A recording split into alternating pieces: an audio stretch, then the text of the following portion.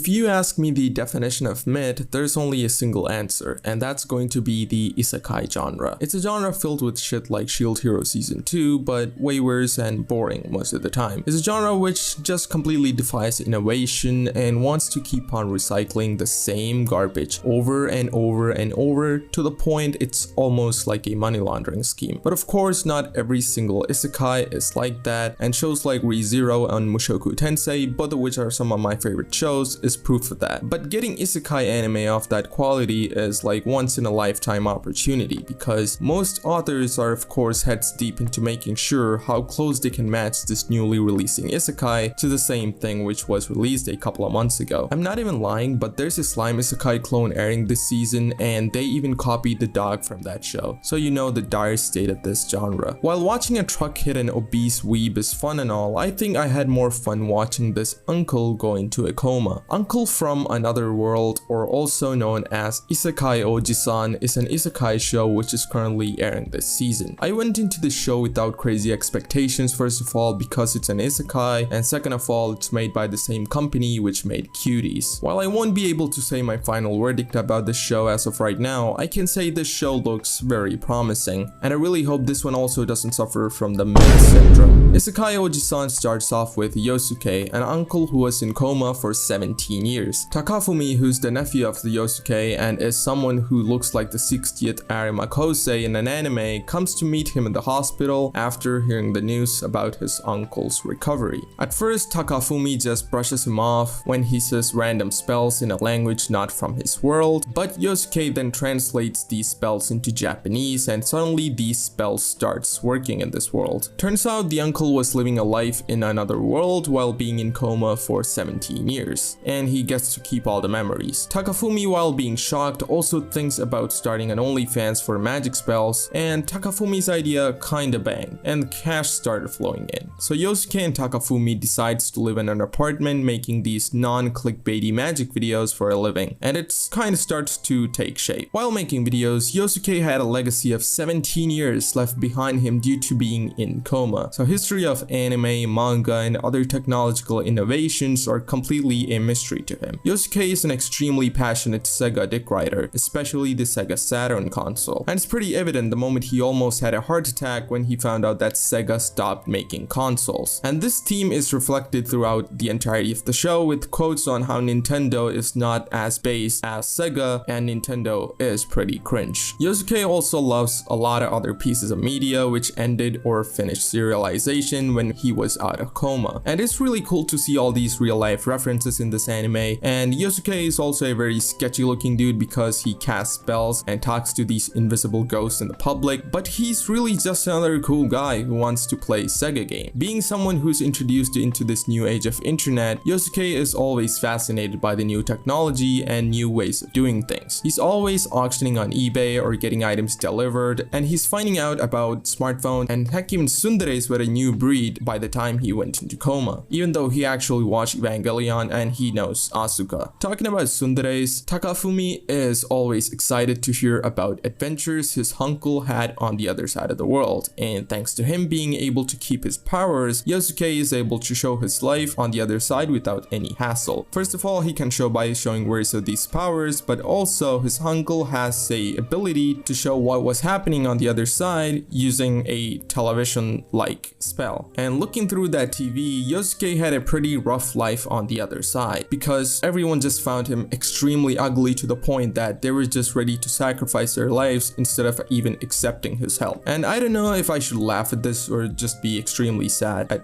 the dire situation of Yosuke. But there's this one very cute looking tsundere elf who actually liked Yosuke, but he was just too dense to the point he kinda married her and then left her. But she keeps on coming back for more of Yosuke's super sexy physique. We haven't got to see more from this cute elf waifu in the anime, and as of now, I'm really just excited for the grand reveal pretty soon. There are also other characters like Sumika, who has only just appeared in the anime and looks like a love interest for Takafumi and has her own charm. And then there's the mother of Takafumi, or the sister of Yosuke, who declined to see him when he was out of hospital at the first and is also yet to make it on screen. So hopefully some of these new characters also got their little own dynamic. All in all, I'm really enjoying this new isekai, and I think it's one of the better shows airing this season. What shows are you guys watching? Let me know in the comments. I really think Isekai Ojisan is going to be one of those weird isekais which is really enjoyable to watch. I'm not going to say it's going to be like a genre changer which is going to absolutely kill other animes or anything, but I really enjoyed what I'm watching as of right now. I just hope they can at least keep this quality throughout the end and it doesn't, of course, as I said in the beginning, suffer from the mid syndrome. Anyway, that's about it. If you like this video,